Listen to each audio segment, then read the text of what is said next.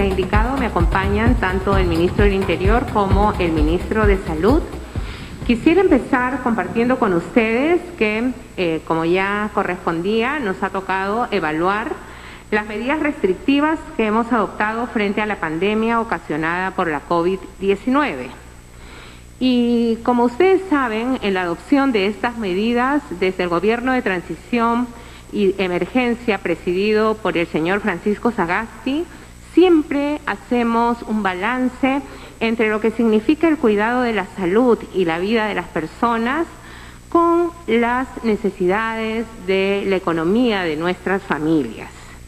Asimismo, hemos considerado y venimos considerando medidas focalizadas a nivel territorial, en este caso a nivel provincial, y sobre todo tratamos de que las medidas adoptadas en función de los riesgos de contagio sean medidas que respondan a la razonabilidad, es decir, sean medidas de carácter razonable y que puedan ser cumplidas con responsabilidad por toda la población. Del análisis de la información sobre la evolución de la pandemia, podemos compartir con ustedes que se puede notar, y esto también ya lo han dicho varios especialistas, una leve desaceleración en el contagio y también en el número de fallecidos. Si bien estos datos nos arrojan las cifras de los últimos días, de todas maneras son datos importantes que nos ayudan a tener como referencia para los ajustes que hemos efectuado. En algunas provincias esta mejora en los indicadores es más evidente que en otras. Por ejemplo, en Apurímac se ha desacelerado mucho más rápido el contagio que en el caso de Lima metropolitana. En este sentido, en las provincias con nivel de riesgo extremo, hemos decidido hacer un ajuste a las medidas que están vigentes hasta este domingo. O sea, como todas y todos sabemos, hasta este domingo en las regiones, en los departamentos con riesgo extremo, en las provincias con riesgo extremo, estamos con una inmovilización social obligatoria de naturaleza permanente, con excepción de aquellas actividades esenciales y las regulaciones que ustedes conocen. A partir del día lunes 1 de marzo y por 14 días, es decir, hasta el domingo 14 de marzo, habrá inmovilización social obligatoria y estricta solo por las noches y los días domingos, es decir, el domingo 7 y el domingo 14 de marzo. Estas medidas, por tanto, rigen para o por el lapso de 14 días, como es el periodo que venimos adoptando este tipo de disposiciones. Este esfuerzo por 2 semanas adicionales nos permitirá contar con mayores posibilidades de trabajar por un lado, pero no dejar de cuidarnos y buscar con la inmovilización durante las noches, a partir de las 9 de la noche y hasta las 4 de la mañana, buscar que esta desaceleración continúe. Es decir, no perder este poquito avance que hemos venido ganando, pero entendemos también, luego de escuchar a la población, de escuchar a los diferentes gremios, que es importante ir flexibilizando algunas disposiciones. No obstante, queremos recordar a la población que continuamos en algunas provincias en riesgo extremo. A partir del análisis de la evolución de los indicadores, es alentador también conocer que 14 provincias han salido del nivel de riesgo extremo. Recordemos que hace un par de semanas establecimos, de acuerdo a los indicadores, que eran 32 las provincias que se encontraban en riesgo extremo. De estas 32, 14 han salido de esta calificación. No obstante, hay 6 provincias que han ingresado a una situación de riesgo extremo. El mapa de nivel de riesgo en relación a la COVID-19 sería, por tanto, el siguiente. Primero, no tenemos ninguna provincia en riesgo moderado. Recordemos que hace un par de semanas las 3 provincias de Madre de Dios estaban en nivel de riesgo moderado, hoy día han pasado a un nivel de riesgo alto. 53 provincias se encuentran en nivel de riesgo alto. 119 provincias se encuentran en nivel de riesgo muy alto y 24 provincias se encuentran en nivel de riesgo sanitario extremo. Hace un par de semanas eran 32, hoy día son 24. Las provincias que se encuentran en nivel de riesgo sanitario extremo son Huaraz en Ancash, Huamanga en Ayacucho, Canchis en Cusco, Huancavelica y Tayacaja en Huancavelica, Huánuco en Huánuco, Ica y Chincha en Ica, Huancayo, Tarma, Chanchamayo, Satipo y Chupaca en Junín. Lima Metropolitana, Callao, Huaura, Barranca, Huarochirí, Huaral en Lima. Maynas en Loreto, Hilo en Moquegua, Oxapampa en Pasco, Puno en el departamento de Puno y Tacna en el departamento de Tacna. Considerando el contexto social y económico, así como la necesidad de reducir la movilidad y las aglomeraciones, hemos decidido adoptar un conjunto de medidas restrictivas específicas. Para el nivel de riesgo extremo, como ya lo adelanté, inmovilización o inmovilidad social obligatoria los domingos. El 7 de marzo y el 14 de marzo, 7 y 14 de marzo. Segundo, inmovilidad o inmovilización social obligatoria durante las noches, conocido como toque de queda de 9 de la noche a 4 de la mañana. Establecimiento de aforos mínimos en el reinicio de algunas actividades comerciales que constituyan en riesgo extremo de contagio. Por ejemplo, en algunas actividades como las visitas de monumentos arqueológicos o centros comerciales o restaurantes o afines, se ha establecido un aforo mínimo. Estas medidas requieren que todas las personas nos comprometamos a cumplirlas, pero no solamente requiere de un compromiso individual, sino también de los propios negocios, de las propias empresas, en general, por supuesto, las autoridades públicas, las instituciones que tenemos que velar porque se cumplan las disposiciones adoptadas.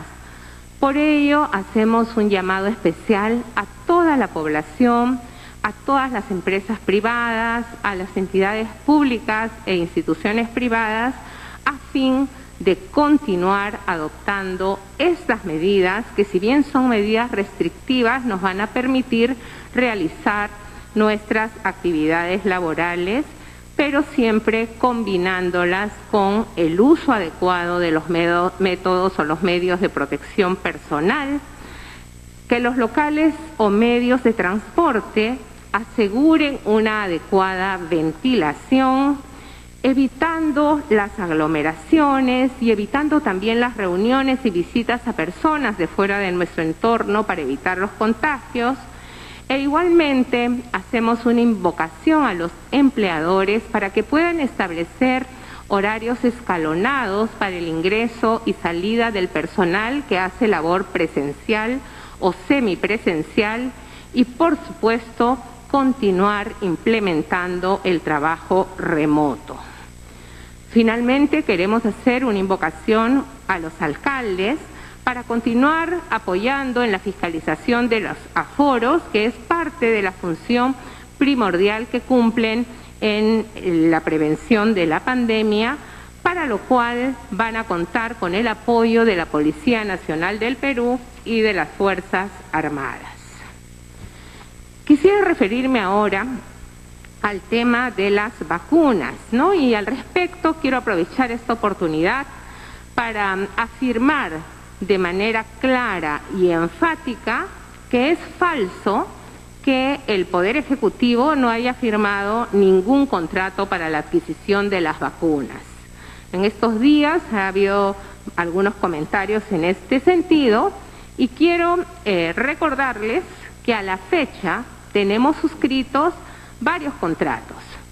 Uno de ellos con el mecanismo de COVAX Facility por un total de 13.200.000 vacunas.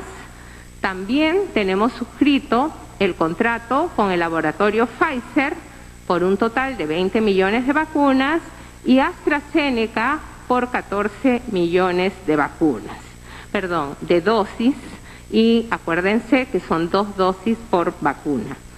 Además de ello, ustedes saben que contratamos 1 millón de dosis de laboratorio Sinopharm, dosis que se viene aplicando al personal de salud.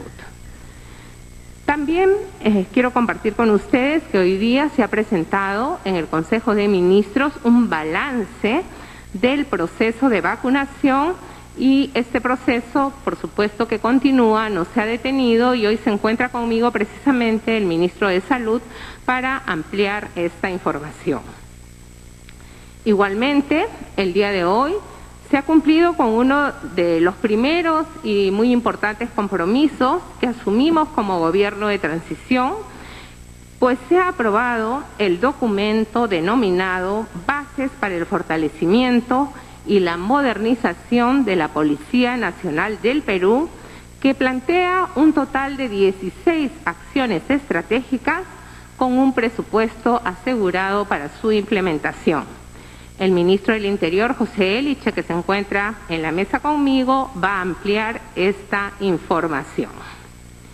Un aspecto adicional es que hoy el Perú se convierte en el primer país de la región en implementar su plataforma nacional de datos abiertos sobre el proceso de vacunación. A nivel mundial, solo Francia y Reino Unido lo han hecho. Esto representa un importante acto de transparencia para nuestro país, y esta plataforma va a estar hoy día disponible para todos ustedes a partir de las 6, 7 de la tarde más o menos. Al terminar el día, la plataforma estará disponible para todos. Finalmente, se han aprobado un conjunto de leyes, se ha declarado en emergencia algunas zonas por razones básicamente climatológicas, y estas declaraciones de emergencia han sido solicitadas por los respectivos gobiernos regionales en coordinación con INDECI, y como ustedes saben, esta declaratoria de emergencia permite el establecimiento de un conjunto de medidas de trabajo colaborativo entre las autoridades regionales y locales, con un apoyo complementario desde los sectores de salud, de desarrollo agrario y riego, saneamiento, energía y transportes.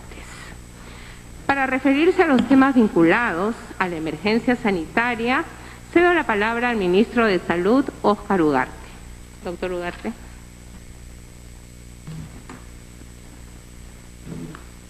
Muchas gracias, Premier. Efectivamente, como ha sido bien explicado por la señora Presidenta del Consejo de Ministros, se han adoptado medidas sanitarias que están fundamentadas en algunas evidencias. Y las principales evidencias que queremos resaltar es una tendencia a la reducción de nuevos casos. Esto se aprecia en todos los informes, tanto los informes oficiales del Ministerio de Salud, como también de distintos investigadores o centros de investigación que están haciendo seguimiento. En todos los casos hay una tendencia a la reducción de los nuevos casos. Como ustedes recordarán, hasta la semana anterior, la cantidad de nuevos casos era un incremento vertical sin ninguna modificación. Por lo tanto, cuando se inicia una tendencia a la reducción, si bien eso no es definitivo, sin embargo, es un elemento importante en la evaluación general. Lo segundo es el indicador de defunciones. y como también se informó y se conoce porque todos los medios informan permanentemente, hay una tendencia de crecimiento en la segunda ola que era casi vertical en las semanas anteriores, y lo que se encuentra claramente es una desaceleración de ese crecimiento. Debemos recordar, porque así fue también en la primera ola, que entre la reducción de casos y la reducción de defunciones siempre hay un espacio que son más o menos 2 a 3 semanas. Recordemos en la primera ola, ustedes recordarán el caso 0 y luego otros casos que fueron familiares y personas cercanas, fue en la semana 10, la semana epidemiológica 10, que fue la primera semana de marzo. Las defunciones aparecieron en la semana 12, o sea, hay una diferencia porque obviamente son casos que primero son leves, felizmente la gran mayoría, como se sabe 80%, luego cura, pero hay un porcentaje que pasa a moderado y un porcentaje menor que pasa a grave. Esa evolución es más o menos 2 semanas, a veces 3, y por lo tanto el indicador de mortalidad viene con retraso respecto a la evolución de la enfermedad, de la pandemia.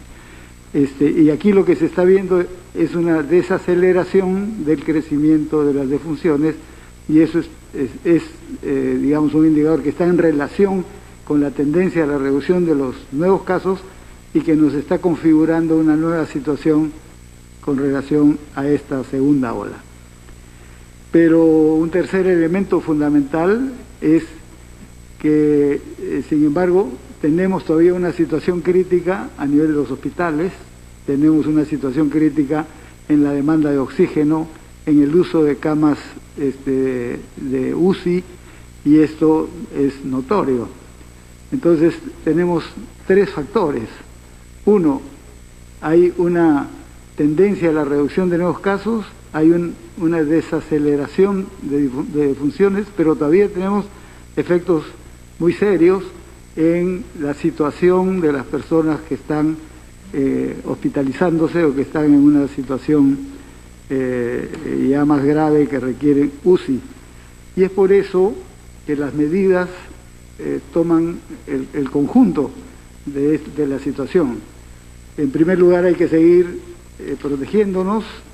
La señora primera ministra ha explicado bien, y todas las medidas tienden a evitar los contagios, a un comportamiento social que sea de protección, no solo entre las personas, sino familia y la comunidad, y eso, el distanciamiento social, sigue siendo un compromiso muy importante, y aunque se están dando medidas que favorecen las actividades en el plano económico de determinadas áreas, sin embargo, eso no quiere decir que tenemos que bajar la guardia y demás. Respecto a las defunciones, obviamente, lo más importante es cómo reforzamos la atención a las personas para que no lleguen al extremo grave. Y ahí lo que podemos adelantar, y eso se irá mostrando a partir de la próxima semana, es que vamos a hacer un reforzamiento del primer nivel de atención para poder detectar a tiempo, para poder aislar a las personas que estén realmente contagiadas, aislarlas en ambientes especiales para que no contagien a las familias, dar tratamientos y evitar que lleguen a hospital o a que requieran mayor oxígeno. Pero también, y estamos en condiciones de anunciar, que a partir del lunes están llegando las importaciones que se está haciendo de oxígeno desde Chile.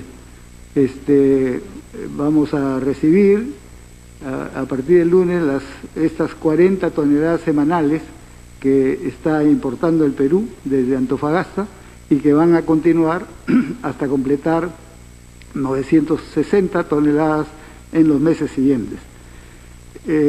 Puedo anunciar también, aunque en términos generales, y luego les daremos la información, que también va a haber, procedente de Chile, una donación de la Sociedad Nacional de Minería, impulsada por 3 grandes empresas, el caso de Antamina, Cerro Verde y Sauder, que va a permitir que recibamos 1000 toneladas de oxígeno líquido, que también provienen de Chile, pero que son diferentes de estas que vienen de Antofagasta, y eso se suma porque van a ir llegando también 40 toneladas semanales paralelamente a las otras.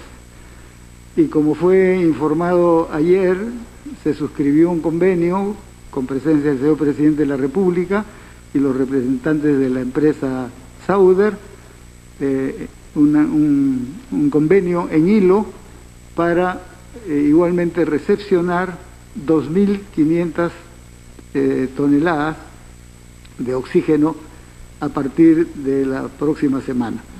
Entonces, tenemos no solo, digamos, un reforzamiento del primer nivel, sino que vamos a tener a partir del inicio de la próxima semana oxígeno, y eso estamos seguros que va a ir progresivamente reduciendo esta presión y por supuesto favoreciendo esta brecha, es decir, el cierre de esta brecha que se ha determinado y que todo el mundo ha podido percibir, de una demanda incrementada y una oferta reducida, que es lo que ha generado toda esta situación, que esperemos que a partir de la próxima semana se vaya reduciendo progresivamente. Entonces, lo que puedo decir de mi lado es lo que hemos señalado, cuáles son los elementos, digamos, objetivos en el análisis y perfectamente demostrables que llevan a tomar las determinaciones que se han hecho, pero además el reforzamiento de las medidas de atención, cuidados y protección desde el primer nivel, pero también en los niveles hospitalarios y el abastecimiento de oxígeno, que en los próximos días van ustedes a comprobar y donde informaremos ya con más detalle la distribución de ese oxígeno. Gracias. Muchas gracias, ministro. A continuación, el ministro del Interior, José Eliche, va a compartir con todos nosotros los mensajes principales de este documento de bases para el fortalecimiento y la modernización de la Policía Nacional. Ministro.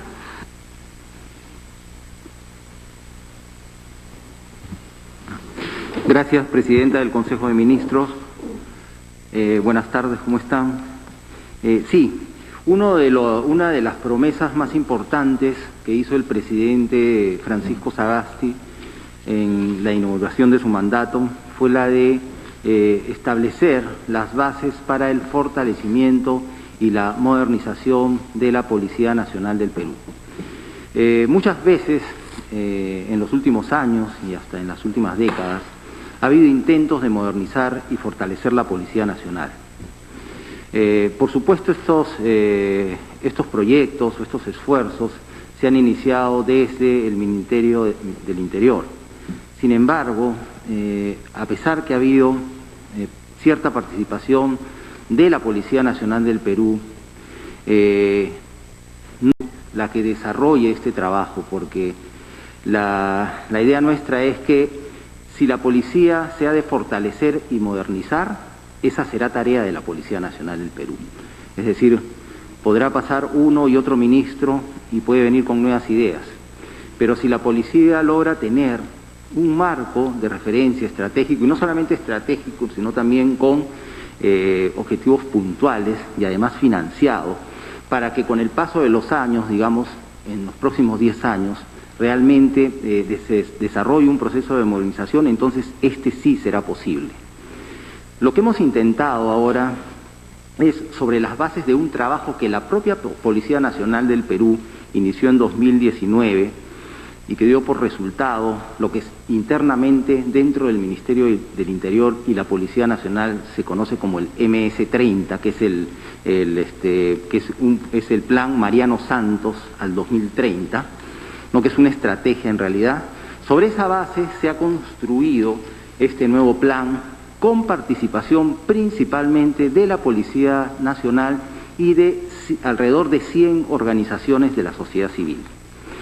En un trabajo armónico, acelerado e intenso, se cumplió con presentar, como se había prometido, este plan el pasado 15 de febrero. En esa oportunidad debió verse inmediatamente en el Consejo de Ministros, pero debido a la coyuntura preferimos verlo hoy. Y hoy día se ha presentado, pero no ha sido el Ministro del Interior el que lo ha presentado, sino el Comandante General de la Policía, el representante de los oficiales en el grupo de trabajo y la representante de los suboficiales en este grupo de trabajo. Esa es una nota diferencial e importante. Este plan tiene 6 ejes fundamentales. El primer eje es nuestra gente, ¿no? La policía que se reconoce a sí misma. El segundo es nuestra infraestructura, el tercero es nuestro equipamiento, el cuarto es nuestras tecnologías de la información y comunicaciones, el quinto es nuestra imagen, y este último, que es una innovación con relación a todo lo que se ha hecho antes en materia de planes de fortalecimiento y modernización de la policía, es nuestra institucionalidad. Dentro de estos 6 ejes hay 16 acciones estratégicas, ¿no? No quisiera nombrarlas todas porque me voy a tomar mucho tiempo, y además este es un esquema de lo que se ha presentado hoy día en el Consejo de Ministros.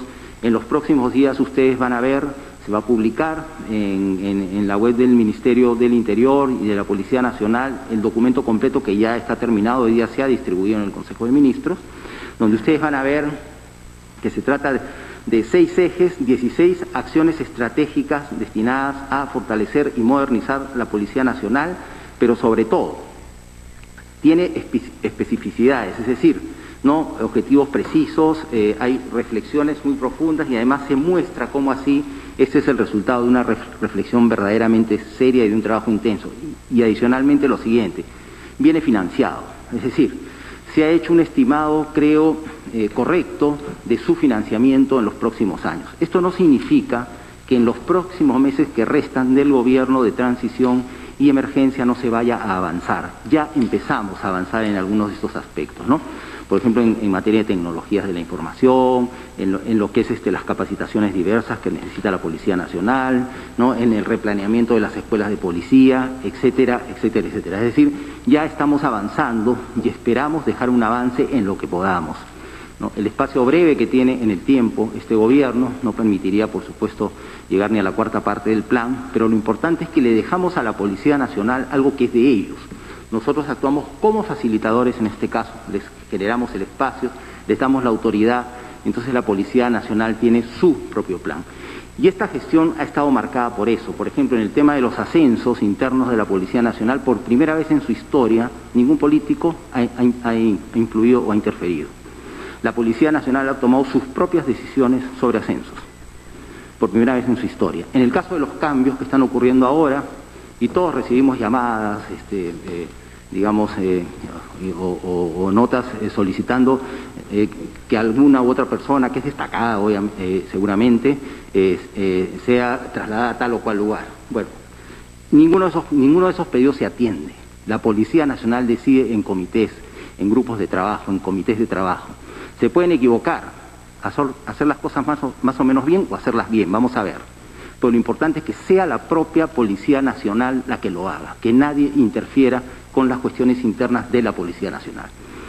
El Ministerio del Interior es el órgano rector del sector y el ministro está a la cabeza del sector, pero la Policía Nacional tiene una jefatura y tiene un comando.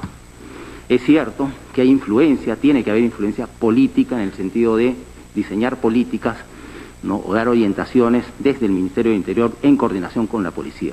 Pero quien desarrolla las operaciones, quien decide técnica y profesionalmente las operaciones es la propia Policía Nacional del Perú. Y ese recoger de su identidad creo que le va a hacer mucho bien y se vienen cambios muy importantes de esta institución. Realmente es una de las instituciones que sí, tiene problemas y se van a resolver más sólidas en nuestro país. Eso es, gracias.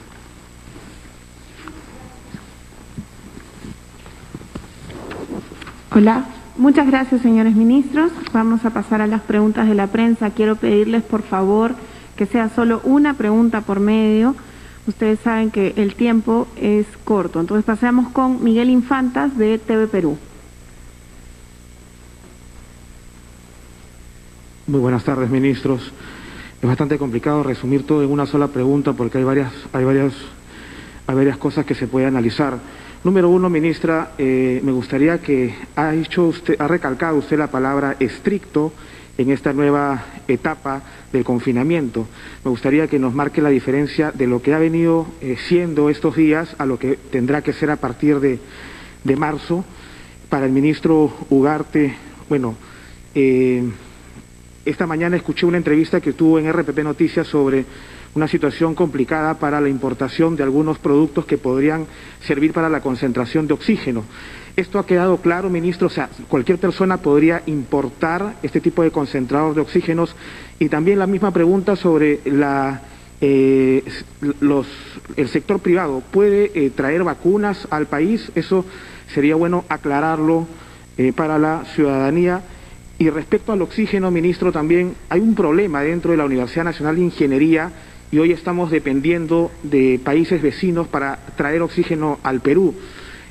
¿Por qué no se resuelve la capacidad de la universidad, de la UNI, que se tenía planificado una distribución de sistemas de oxígeno a nivel nacional, si mal no tengo entendido? Y una última cuestión final, ministra, es sobre el sector privado. Las MIPES están pidiendo una salvaguarda a las importaciones porque viene afectando la economía nacional y se pide, por ejemplo, a la importación de prendas desde la China. El último registro, por ejemplo, en el sector textil se tiene que ha caído el sector textil en 35.9%, mientras la importación de prendas ha crecido en 54.3%.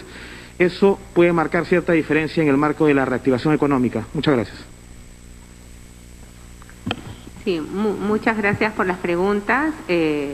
La diferencia entre las medidas para situaciones de riesgo extremo, las medidas que hemos venido aplicando, por ejemplo, en Lima, y que se van a aplicar hasta el 28 de febrero, ¿no? Es una suerte de cuarentena que denominamos diferente. ¿Qué quiere decir? Que en principio todas las personas actualmente nos quedamos en casa y salvo aquellas actividades que se han denominado como servicios esenciales están operando. A partir del 1 de marzo y por 14 días, acuérdense que estamos evaluando permanentemente cómo va la tasa de contagios, la tasa de fallecimientos, etcétera. Entonces, a partir del 1 de marzo y por 14 días, ya no hay cuarentena, para ser más claro.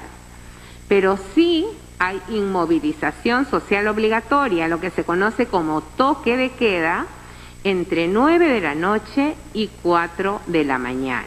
Y le hemos puesto estricta porque no queremos, o sea, como vamos a estar en el día circulando, queremos conservar un número de horas al menos sin circulación de las personas. Y esta inmovilización social estricta también será el día domingo.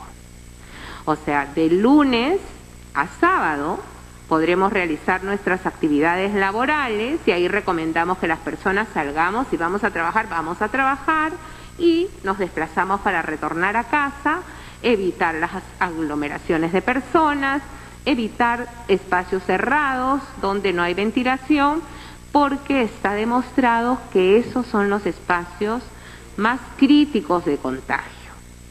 Entonces, como no queremos perder el camino recorrido, no queremos perder esta ligera desaceleración que nos ha narrado muy bien el ministro de Salud, tenemos que adoptar estas medidas de una naturaleza más estricta para que las personas no nos movilicemos durante periodos que en principio nos ayudan a evitar la interacción, la formación de grupos humanos y con ello el contagio.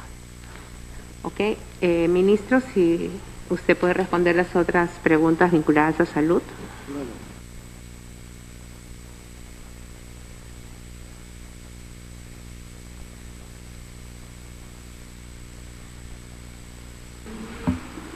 Sobre la pregunta referida a los concentradores de oxígeno, que efectivamente el congresista Dieter Columbus dio unas declaraciones hoy en la mañana, que yo aclaré en la brevedad del tiempo que se podía, pero que paso a explicar con detalle. porque la versión que le ha llegado al congresista es una información absolutamente parcial, y completo la información para que lo entiendan todos. De acuerdo a la ley de medicamentos que rige desde el año 2009 y su reglamento del 2011, para importar dispositivos médicos, así como para importar medicamentos, se necesita obviamente un registro. Es decir, en DIGEMIT tienen que registrarse las empresas que se especializan en esa función, porque tienen que tener determinadas características. Pero en condiciones de excepción, en condiciones de emergencia, ese requisito se flexibiliza y se permite también a otras empresas que no están registradas para ese fin importar, ¿ok? Pero igual tienen que notificar a DIGEMIT y estar registradas por DIGEMIT, porque sí tiene que haber un registro de lo que se importa, porque si son concentradores de oxígeno tienen que tener determinadas condiciones de calidad, etcétera, que DIGEMIT como órgano regulador del Estado en el campo de los medicamentos y dispositivos médicos tiene que registrar.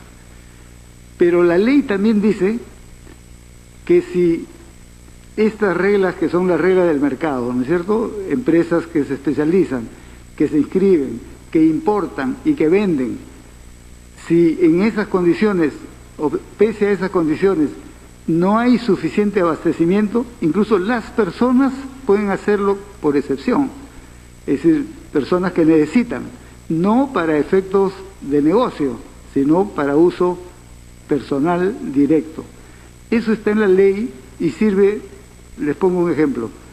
Hay productos oncológicos que de repente no están en el país, no circulan, no están inscritos, pero algún colega médico sabe que eso está registrado en otro país, entonces él prescribe ese medicamento. La persona o la familia interesada puede traer ese medicamento, no para negocio, ¿no es cierto?, es para uso. El registro, la inscripción de la importación, nomás para efectos de registro, requiere la receta médica, porque si no uno podría estar trayendo por fuera de registro para negocio, ¿no es cierto? Entonces, así como ahora se ve todos los días para el uso de los balones de oxígeno y la venta de los balones de oxígeno, para evitar la especulación, la receta médica de que la persona tal requiere oxígeno, igualito se pide para que la persona tal requiere tal medicamento, y en este caso requiere el concentrador de oxígeno. Esto que les estoy diciendo se lo voy a decir en números para que vean ustedes la realidad. Por certificados de registro sanitario, o sea, empresas que se dedican permanentemente a este fin, hay 14 registros en el país. Certificados de registro que se han ampliado en esta última etapa, 170, que son todas las empresas que están vendiendo concentradores de oxígeno. Autorizaciones excepcionales, o sea, empresas que no se dedican a este rubro. En la mañana, don Fernando Carvalho preguntó por una empresa que había pedido adquirir, importar una para sus trabajadores, no para negocio, para sus trabajadores. Yo no tenía información en ese momento, ahora les digo, ya está registrada. Pero no solo esa, hay 223 empresas que se han registrado en este periodo para importar, no para negocios, sino para uso de sus trabajadores o incluso para donar. Pero además, también se ha registrado en DIGEMIT las personas individuales que han pedido poder traer, tampoco para negocios, sino para su uso personal. Ahí es donde se pide la receta médica, justamente para evitar cualquier proceso de especulación. ¿Y saben cuántas personas están registradas y ya importaron o están en ese proceso? 290. O sea, en total tenemos 697 o empresas dedicadas al rubro o empresas no dedicadas y que han hecho este paso, o personas. Y todo está registrado en DIGEMIT. Entonces, no hay ninguna traba ninguna traba para que se pueda incorporar este tipo de digamos, suplementos médicos para esta situación tan particular. Por lo tanto, debemos dejar absolutamente claro, y además, si hay algún problema, alguien que dice tengo una traba, nos informan y nosotros le damos curso porque la ley lo permite. Y además, en circunstancias como esta, no se puede estar poniendo trabas administrativas ni de ningún tipo. Pero sí queremos ser muy cuidadosos en que no sirva para especulación, ¿no es cierto? Porque lo que se ha visto y es lo que se ha denunciado es que plantas que tenían dispositivos de estos concentradores que tenían un determinado precio normal se han multiplicado los precios. Y ese sí es un inconveniente que... También han registrado plantas de oxígeno. Hay 32 plantas de oxígeno que han sido importadas para estos fines en este periodo, aparte de las que han sido donadas y demás. Entonces, esta es la respuesta sobre esta inquietud y cualquier aclaración adicional con mucho gusto. Muchas gracias, ministros. Vamos a la siguiente pregunta, que es de Alexandra Ampuero, de Hildebrand en sus 13. Buenas tardes, ministros. Premier, ¿está usted al tanto de cómo se están conduciendo las investigaciones por el Vacunagate dentro del Ministerio de Relaciones Exteriores? ¿Cuál será el castigo en específico para el embajador Arturo Jarama, principal responsable de la negociación irregular con Sinopharm? Las últimas declaraciones del ministro Wagner dan a entender que Cancillería funcionó solo como mesa de partes entre el laboratorio Sinopharm y el MINSA. ¿Es eso cierto? A una semana de destapado el escándalo, ¿ya tiene conocimiento de la real magnitud de la participación del Ministerio de Relaciones Exteriores? Gracias. Muchas gracias por su pregunta. Como ustedes conocen, inmediatamente conocidos los hechos, se dispuso la creación de una comisión investigadora que está bajo el Ministerio de Salud, pero ellos están analizando todo el problema en general. Precisamente el día de mañana se cumplen los 10 días en el que nos deben dar un reporte. Estoy segura que muchas de las interrogantes, si no todas, que nos ha formulado, debe presentarse en dicho informe. Desde la presidencia del Consejo de Ministros, como es de conocimiento público, inmediatamente recibida la información a través del Instituto Nacional de Salud de la relación de personas que se habrían beneficiado con estas dosis, ¿no?, que habían sido solicitadas para efectos de los equipos de investigación encargados de los ensayos clínicos, pusimos en conocimiento de esta información a las autoridades correspondientes, tanto del Ministerio Público como de la Contraloría General de la República, el Procurador General del Estado, así como del Congreso de la República, en seguimiento a una invitación que ellos nos formularon el día jueves 11 de febrero para informar acerca en ese día de la vacunación del expresidente de la República. Entonces, mañana probablemente tengamos la información que ustedes están esperando y nosotros también, porque como bien ha señalado el presidente Sagasti, este gobierno de transición y emergencia no va a parar hasta que se conozca toda la verdad sobre lo sucedido y eventualmente se sancionen a los responsables que se individualicen. Gracias. Muchas gracias. Vamos con la pregunta de Kenneth Vargas, de Willax.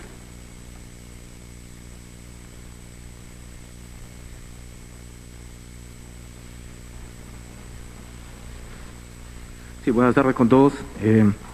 Bueno, en primer lugar, para el Ministerio del Interior, la gran preocupación en Lima, hemos visto en San Juan de Urigancho, por eventuales mafias que están enquistadas en estos procesos de la recarga de oxígeno. Si la unidad de inteligencia policial, si las unidades de inteligencia, agentes encubiertos van a enquistarse, por así decirlo, y van a investigar esto, porque hasta ahora hemos visto solo agentes de las comisarías, bueno, que tratan de ordenar las colas, pero tal vez se necesita la inteligencia operativa de la policía por estas eventuales mafias, corroborarlas. Respecto al MINSA, para el ministro Ugarte, ¿cuál es la real meta? Dijo hace un momento que son 32 plantas de oxígeno que las va a importar, ¿no? Incluso hay oxígeno de Chile y hay oxígeno de mineras que van a importarse. ¿Cuál es la meta en el gobierno antes de julio respecto a los hospitales y las plantas de oxígeno? Es decir, el total de hospitales, el 100%, tendría que tener el oxígeno para julio o en estos meses, o tal vez solo la mitad. ¿no? Esta pregunta creo que es apremiante porque muchas familias cuyos familiares están muriendo esperan la celeridad del gobierno, ¿no? ¿Cuántas plantas se van a traer en total, si los hospitales van a tener plantas? Y por último, una tercera, bueno, muchos candidatos presidenciales estos días están pidiendo al gobierno que se transparenten y que se den a conocer todos los contratos de las vacunas, Sinopharm y todos eventualmente. Bueno, ¿el gobierno va a dar a conocer estos contratos para la población o se va a mantener una política de dejar en secreto estos contratos? Esas son las tres preguntas, gracias. Antes de darle la palabra al ministro del Interior, empezaré por la última pregunta. Hemos informado que los contratos para la adquisición de estas vacunas de emergencia tienen una cláusula de confidencialidad que se enmarca dentro de lo que se conoce como el secreto comercial. Pero estas cláusulas de confidencialidad tienen una vigencia. Cuando termine la vigencia de estas cláusulas, se darán a conocer los contratos a través de las páginas web del Poder Ejecutivo y cualquier otra vía de transparencia. Entonces, esa es la respuesta. No es que nosotros no queremos dar a conocer los contratos en este momento. Lo que pasa es que estos contratos tienen esa cláusula de confidencialidad que tiene que respetarse. Y eso no solamente es para el Perú, pueden averiguar, y esto es los contratos de los laboratorios por tratarse de vacunas de emergencia, reitero, de un bien escaso y que además hay muchos procesos de negociación en simultáneo, por eso contienen estas cláusulas. Pueden consultar en cualquier otro país del mundo y es lo mismo. No es algo que nosotros estemos limitando, pero reitero, tienen un periodo de vigencia, luego del cual, y esto se enmarca dentro de la ley de transparencia, es una excepción, terminado el periodo de vigencia, serán dados a conocer como corresponde. Dependiendo del tipo de contrato, ¿no? Pueden ser entre 5 o 10 años, dependiendo del tipo de contrato, pueden darse, pero también dependiendo de que las partes liberen. Las cláusulas son acuerdo entre las partes, ¿no? Si en determinado momento, yo creo que a modo que haya más vacunas disponibles, eso opino como abogada, pienso que a modo que el mercado de las vacunas sea más amplio, que ya no haya toda esta, en realidad, competencia por adquisición de vacunas, porque no es que las vacunas están sobrando en el mundo, todos podemos ver, si seguimos la información internacional, la literatura internacional, nos podemos ver que estamos hablando de un bien escaso, muy valorado por la situación de pandemia mundial. Pero cuando esto se equilibre y haya una mayor producción, probablemente las partes ya van a flexibilizar no solamente este tipo de cláusulas, sino otras. Y además acordémonos, no olvidemos nunca que estamos hablando de una vacuna de emergencia. Gracias. Adelante. ¿Qué les parece si seguimos el orden? Vamos el orden. Muchas gracias. El ministro tenía que responder una pregunta. Gracias. Sí, claro. Buena pregunta. El trabajo en las comisarías es visible, el trabajo de inteligencia no es visible, es invisible. Pero se hacen. En ese sentido se está trabajando, no puedo darles por ahora los detalles, pero en los próximos días tengan la seguridad que tendrán noticias. Gracias. Es el turno de Jorge Malborg de Latina. Perdón, vamos a continuar con el orden, por favor, el señor... ya está lista. Ok, hay una disculpe. Pregunta para el ministro. Sí. Okay. Disculpe, sino que... No. Sí. Mencioné hace un momento que estamos en espera, en los próximos días empiezan a llegar toneladas de oxígeno, que son parte de ellas importación, compra por parte del Estado, que son 960 toneladas, que son las primeras que van a llegar. Luego hay también donación, son otras 1000 toneladas, y lo que fue suscrito ayer con la empresa Sauder, que es donación de la empresa Sauder, 2.500, y esa ya empezó, digamos, a abastecer, empezando por el sur, ¿no? Pero esa es una estrategia para oxígeno. Una segunda estrategia, que es conocida, porque está desde el año pasado, durante la primera ola, es plantas de oxígeno. Es decir, el Estado, los hospitales del sector público y también los privados no tenían, obviamente, plantas de oxígeno, se abastecían del mercado. Por eso es que al inicio de la pandemia, ¿cuántas plantas habían en el sector público? Es decir, en hospitales públicos, sean del Ministerio de Salud o de Salud, 9. ¿Cuántas hay ahora? Hay alrededor de 70. ¿Cuántas estimamos que debieran haber para tener, digamos, un abastecimiento garantizado en todos los hospitales público-privados? Estimamos entre 150 a 200.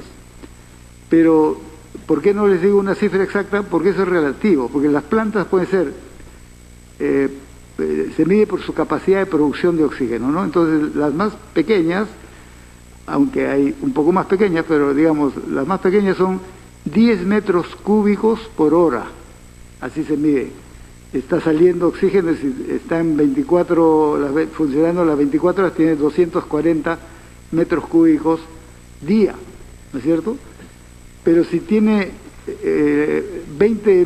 capacidad de 20 metros cúbicos, se duplica, y hay de 30, de 40, de 50, hasta de 100. Entonces depende qué plantas se tiene para decir cuántas se necesita. Cuanto más grandes, va a ser menor cantidad de números. Entonces, hay una estrategia, pero además hay esta otra estrategia que ya he hecho referencia, sobre todo para el primer nivel, para atención en hogares, que son los concentradores. Y ahí no solo el mercado está proveyendo, como ya hemos informado, sino el Estado también está adquiriendo para entregar, y es un proceso que ya está caminando, y por lo tanto cubrir ese déficit, ¿no es cierto? Entonces hay importación de oxígeno que viene en grandes tanques, son plantas y son concentradores. Esa es la mirada general y vamos a ir informando en los próximos días cómo se va cubriendo. Muchas gracias. Ahora sí es el turno de Jorge Malmborg de Latina. Premier, buenas tardes. Ministro, ¿cómo están? Tengo dos consultas breves, en realidad, Premier.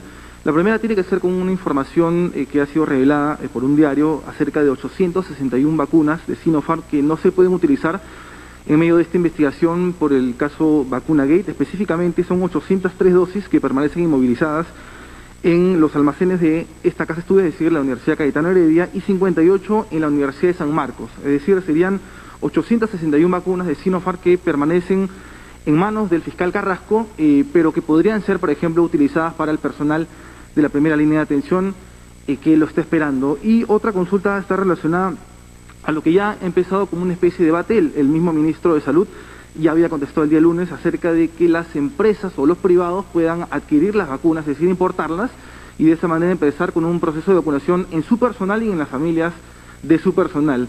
¿Qué tan conveniente podría ser eso, ministro Ugarte? Y usted ya había comentado de que lo que no se busca es que esto genere una competencia con el Estado. Sin embargo, si hablamos de un cronograma de vacunación en la que el presidente Francisco Sagasti ha establecido que para julio se tratarían de 10 millones de peruanos vacunados y de algunas, utilizando las matemáticas por cómo va, no se concretaría, digamos, ese cronograma de vacunación. Y por eso la pregunta, ¿no sería bien de repente considerar que los privados puedan, o algunos privados, a través de mecanismos o restricciones, se pueda hacer la importación de vacunas y empezar con ellos de manera paralela con su personal? Muchas gracias. Su primera pregunta me permite hacer una precisión.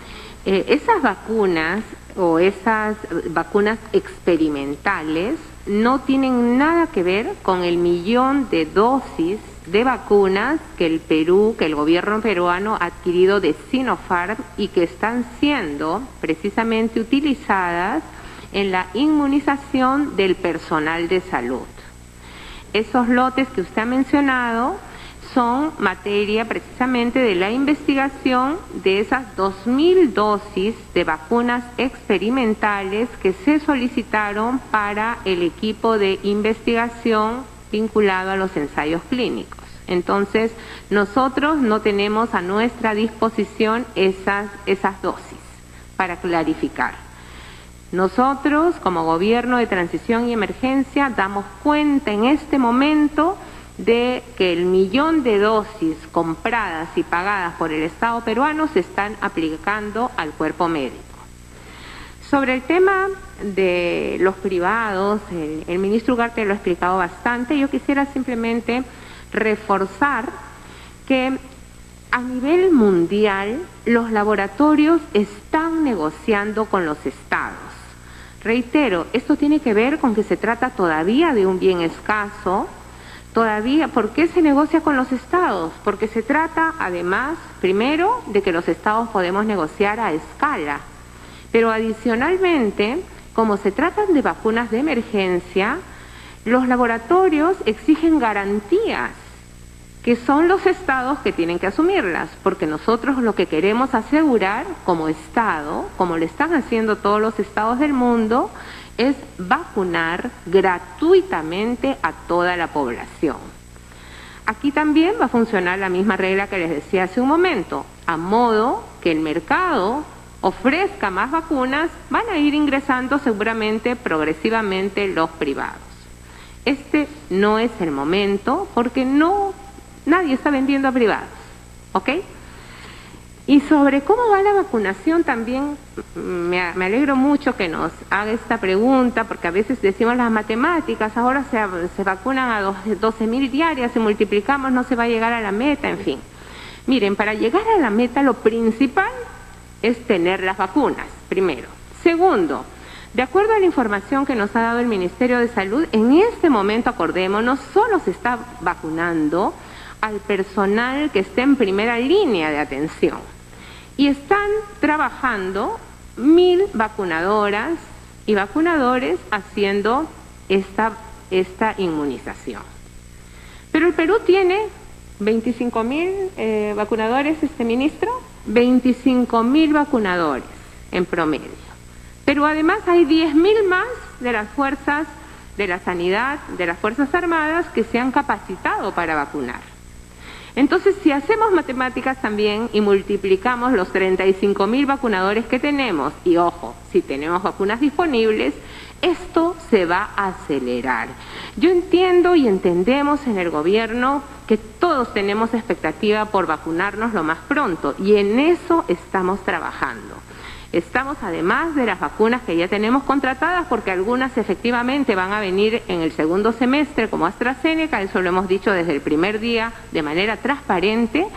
El canciller y el ministro de Salud, los equipos correspondientes, continúan negociando con otros laboratorios para poder concretar también la adquisición de más vacunas. Sobre todo lo que estamos viendo es quién nos puede dar las vacunas lo más pronto posible para poder lograr la meta que ha planteado el presidente. Gracias.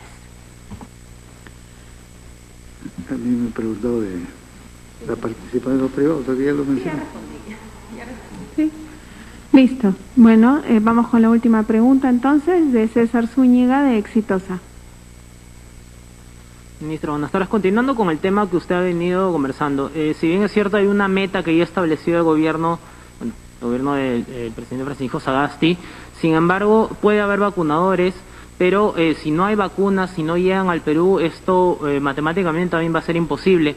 ¿Hay un calendario en este caso que ustedes puedan establecer respecto a la llegada de, vamos a decir, un tercer lote de vacunas de repente, porque ya ha señalado que hay contratos firmados a través del mecanismo COVAX Facility también que ha señalado, pero ¿cuándo estarían llegando más vacunas al país? Y si ustedes ya tienen planificado de repente una llegada específica de una fecha que se puede decir, y en base a esto de repente también sacar un nuevo cálculo con respecto a lo que ustedes mencionan.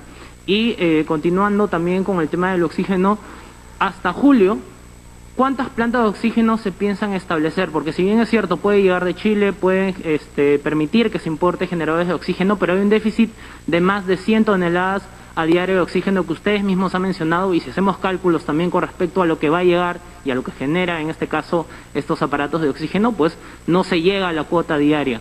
¿Cuántas plantas de oxígeno en específico se van a instalar hasta la fecha de julio, bueno, que termina en este caso la gestión del presidente Francisco Sagasti? Gracias. Sobre el tema de la meta, como toda meta, es una meta aspiracional. Es algo que nos hemos planteado. ¿Y para qué nos planteamos las metas cuando hacemos planificación? Para hacer todo lo necesario para cumplirla. Y ahí hay dos opciones: o superamos la meta, ojalá sea así, y creo que ahí tenemos que poner todos el esfuerzo para hacerlo, o de repente tenemos algunas dificultades.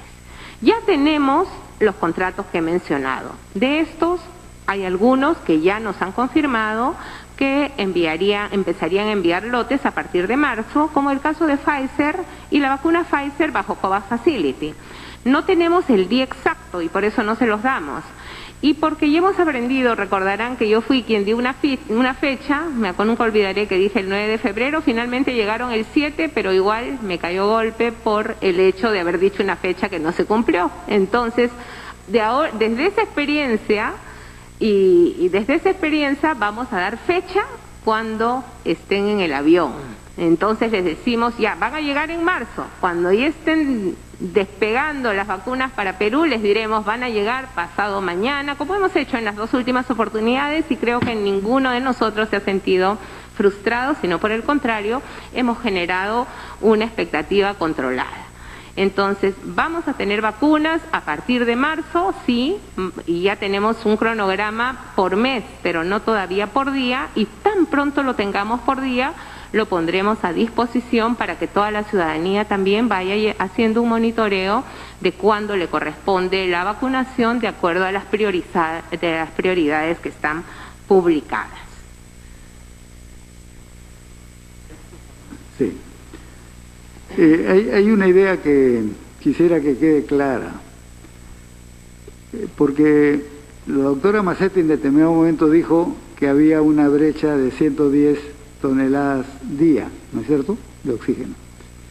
Pero la brecha depende de dos factores: de cuánto crece la demanda, es decir, una cosa es que tengamos una cantidad de enfermos, digamos, como 500 diarios o 1000 diarios, y otra cosa es que tengamos 100, ¿no es cierto? Y depende también, para cerrar la brecha, de la oferta. Y ahí es la pregunta, ¿cuántas plantas, cuántas toneladas, qué sé yo, se puede importar? Entonces, pero no es una cantidad fija, es lo que quiero transmitirles. Y nosotros estamos trabajando en los dos niveles. Todas las medidas de contención que se están haciendo y lo que se está observando, por ejemplo, en esta reducción, la tendencia a la reducción de casos y también espaciamiento en la cantidad de fallecidos, su efecto concreto es que se reduce la demanda de oxígeno. Por lo tanto, ya no es la misma de hace 15 días. Pero por otro lado, y eso es clarísimo, tenemos que incrementar la demanda. Y esa demanda vamos a seguirla incrementando hasta que esa brecha desaparezca. ¿Cuánto va a ser eso? Va a depender de los dos factores, ¿no es cierto? Y va a depender, digamos, el tiempo, en qué momento se llega, va a depender de cuánto estamos influyendo en el curso general de la pandemia. Si nos quedamos cruzados de brazos, eso se va a prolongar. Pero si hacemos lo que estamos haciendo, y no solo como gobierno, ¿no?, sino como país, como sociedad, porque gran parte de la responsabilidad está en todos nosotros, en protegernos, en no tener reuniones en conjunto, en hacer distanciamiento social, lo que vamos a contribuir es a esa reducción de la demanda, y por lo tanto con la oferta, tanto lo que ya hemos señalado como importación, más lo que está siendo reforzado por el lado de las plantas, que adiciono para que tengan también una idea. Hay 3 estrategias específicas para la ampliación de plantas. Uno es la compra. Se preguntó antes, se me pasó a responder la compra, por ejemplo, de la UNI.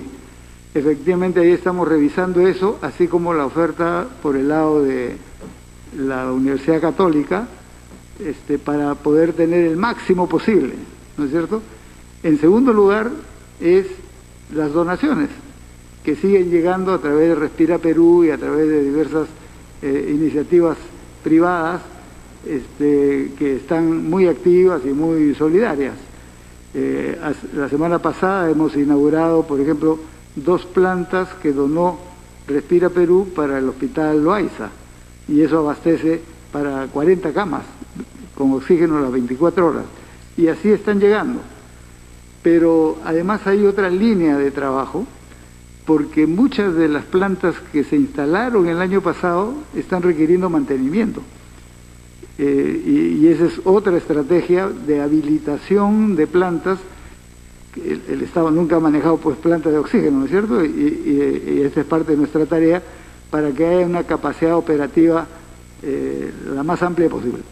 Entonces, lo que quiero es transmitirles esto, que el determinar cuántas plantas o cuántas toneladas de oxígeno depende de que no crezca la demanda, sino que al contrario se reduzca y que ampliemos la capacidad de producción o de importación, que es lo que estamos haciendo desde el otro lado. Muchas gracias. Entonces, eso sería todo. Salvo quieran dar un mensaje adicional. Sí, quisiera aprovechar para señalar algunos temas complementarios en relación a las medidas. En primer lugar, la norma que ajusta las medidas tanto para la situación de riesgo extremo, y ustedes van a ver también que hay unos ajustes en riesgo alto, riesgo moderado y riesgo muy alto, va a salir publicada el día sábado, ¿no? Para precisamente tener la oportunidad de que las personas no se confundan. Las medidas que tomamos hace 2 semanas siguen vigentes hasta este domingo. Las medidas que estamos anunciando hoy van a estar vigentes a partir del día lunes 1 de marzo. Me han avisado que por las redes las personas preguntan si vamos a poder ir a las playas. Quienes vivimos o viven en lugares de riesgo moderado y alto van a poder usar las playas, pero se va a usar de acuerdo al protocolo que se ha aprobado con tal propósito, a efectos de guardar el distanciamiento, de asegurar que las playas tampoco no estén tan llenas de gente y de esta manera prevenir los contagios. Pero ciudades, por ejemplo, o zonas como Lima, no vamos a poder usar las playas porque seguimos en riesgo extremo. Lo que hemos hecho, como les dije al iniciar esta conferencia de prensa, es ajustar las medidas. Hemos escuchado a la ciudadanía, hemos escuchado a los gremios, hemos escuchado a las asociaciones de restaurantes, hemos escuchado a las organizaciones, por ejemplo, de peluquerías y otros gremios que nos han indicado que cuentan con sus protocolos, que van a ser muy estrictos en el cumplimiento de los protocolos, pero que levantemos la cuarentena. Hemos estado en una cuarentena, podemos calificar moderada. Nosotros dijimos una cuarentena diferente que nos permitía realizar determinadas actividades esenciales. Sin embargo, a partir del lunes 1 ya no estamos en cuarentena, pero como tenemos que limitar la movilización de las personas, vamos a tener lo que se conoce como toque de queda de 9 de la noche a 4 de la mañana, y los días domingos también nos quedaremos en casa. Inmovilización social obligatoria, un día a la semana. Sé que es un nuevo esfuerzo, sabemos que es un esfuerzo para todos, pero este día a la semana nos va a permitir evitar que un día a la semana no circulemos y de esta manera evitemos los contagios, con el efecto en no saturar el sistema de salud e ir manteniendo estos indicadores que, como bien ha señalado el doctor Ugarte, están desacelerándose, pero todavía ni siquiera podemos hablar de una meseta o una tendencia decisiva que nos diga que hemos salido de esta segunda ola. El mensaje, por favor, es seguirnos cuidando. No evitemos las aglomeraciones, no permanezcamos en espacios cerrados sin ventilación, guardemos la distancia física, usemos mascarilla, lavado constante de manos. Simultáneamente a las acciones que ustedes van a encontrar, que ya están difundidas a través de las redes, también hoy día hemos aprobado que desde los diversos sectores y desde los programas de apoyo social que se tienen, se va a empezar en los próximos días también operativos para la distribución de mascarillas y alcohol gel, sobre todo en aquellos puntos que han sido calificados como puntos rojos de la ciudad. Estamos trabajando de la mano con la Municipalidad Metropolitana de Lima para que el día lunes que se reanudan las actividades podamos tener un mejor control de las áreas donde se producen aglomeraciones. Por ejemplo, los trabajadores y trabajadoras de Gamarra están ávidos de reiniciar sus labores, obviamente porque la situación económica no da para más, pero tenemos que hacerlo de forma ordenada para no tener que volver a una cuarentena. El gobierno actual no quiere cuarentenas, pero tampoco queremos seguirnos contagiando.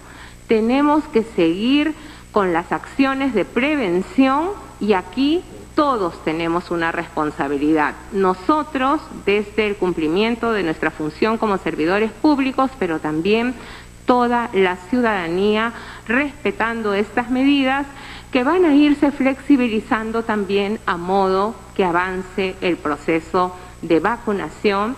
Y bueno, ayúdennos, les pedimos ayuda a los medios de comunicación también en la transmisión del mensaje de cuidado personal. Nos cuidamos para poder cuidar de los demás. Muchas gracias. Bien, ha sido conferencia Muchas de prensa gracias, señores ministros. del Consejo de Ministros, donde se anunció una serie de restricciones para hacer frente a la segunda ola del nuevo coronavirus. Vamos a continuar con la programación regular de TV Perú.